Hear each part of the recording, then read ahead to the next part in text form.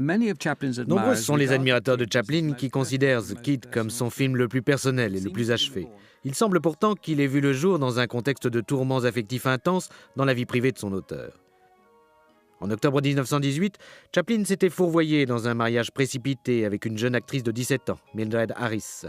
Le couple avait peu de choses en commun, et l'ennui et la frustration de Chaplin sur le plan personnel le conduisirent à un grave blocage créatif.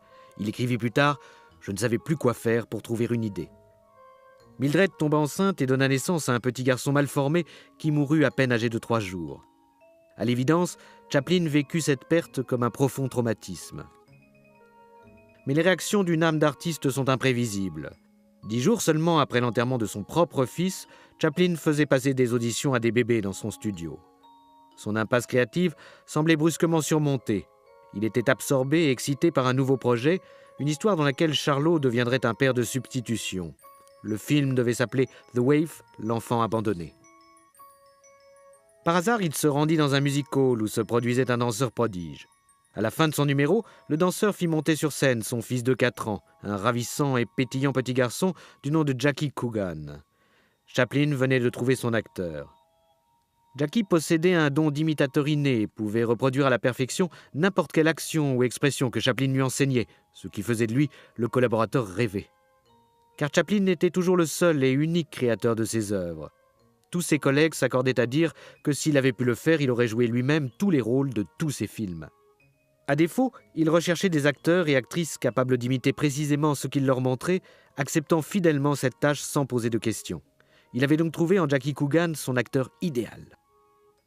Jamais l'inspiration ne sembla lui manquer tout au long du tournage, qui s'étendit sur une période de presque 9 mois.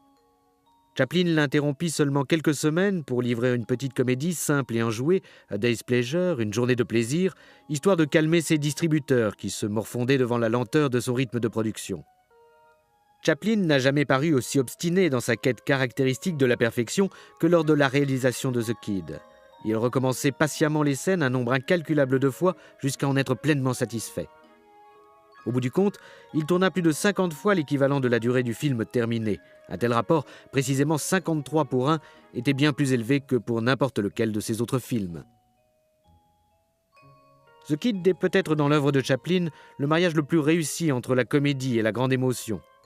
L'histoire est celle d'une fille mère qui abandonne son bébé, lequel est retrouvé et involontairement adopté par Charlot. Lorsque le petit garçon est âgé de 5 ou 6 ans, ils forment tous les deux une équipe efficace. L'enfant casse des vitres en jetant des pierres et son compère, vitrier, gagne sa vie en toute honnêteté en les réparant derrière lui. Charlot s'oppose farouchement aux efforts des travailleurs sociaux pour placer l'enfant à l'assistance publique et il finit par retrouver sa mère, devenue entre-temps une célèbre chanteuse d'opéra. L'émotion du film touche à son apogée dans la séquence poignante où les travailleurs sociaux essayent d'emmener de force l'enfant à l'orphelinat.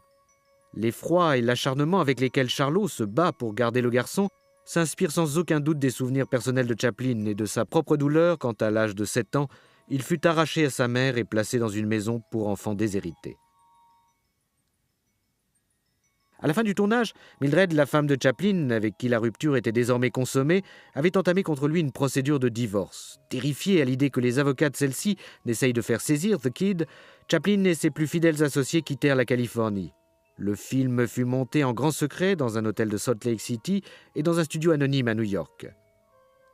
Il y eut encore d'autres problèmes financiers avec les distributeurs, mais quand The Kid sortit enfin sur les écrans du monde entier en février 1921, ce fut un triomphe immédiat, peut-être même le plus grand triomphe de toute la carrière de Chaplin. Jackie Coogan, alors âgé de 7 ans, devint une star internationale, honorée par les princes, les présidents et le pape en personne au cours de la tournée européenne qu'il entreprit. Il poursuivit brièvement une carrière d'enfant acteur, mais comme les fins esprits de Hollywood le soulignèrent, il fut frappé de sénilité précoce à l'âge de 13 ans. À sa majorité, il se retrouva sans le sou. Sa mère et son beau-père avaient mal géré ses économies de jeunesse et le peu d'argent qui lui restait fut englouti dans des batailles juridiques. Le seul résultat positif de toute cette affaire fut que les ennuis hautement médiatisés de Jackie conduisirent à l'adoption d'une loi garantissant une protection financière aux enfants artistes. Encore aujourd'hui, cette loi est connue sous le nom de loi Coogan. La carrière de Jackie connaîtra un second souffle inattendu quand cet ex-plus bel enfant du monde deviendra cette fois le plus affreux des vieillards, oncle fétide dans la série télévisée La Famille Addams. Mais tout ceci était encore bien loin lorsqu'en 1921, pour la seule et unique fois de sa carrière, Chaplin partageait la vedette d'un de ses films avec un autre acteur.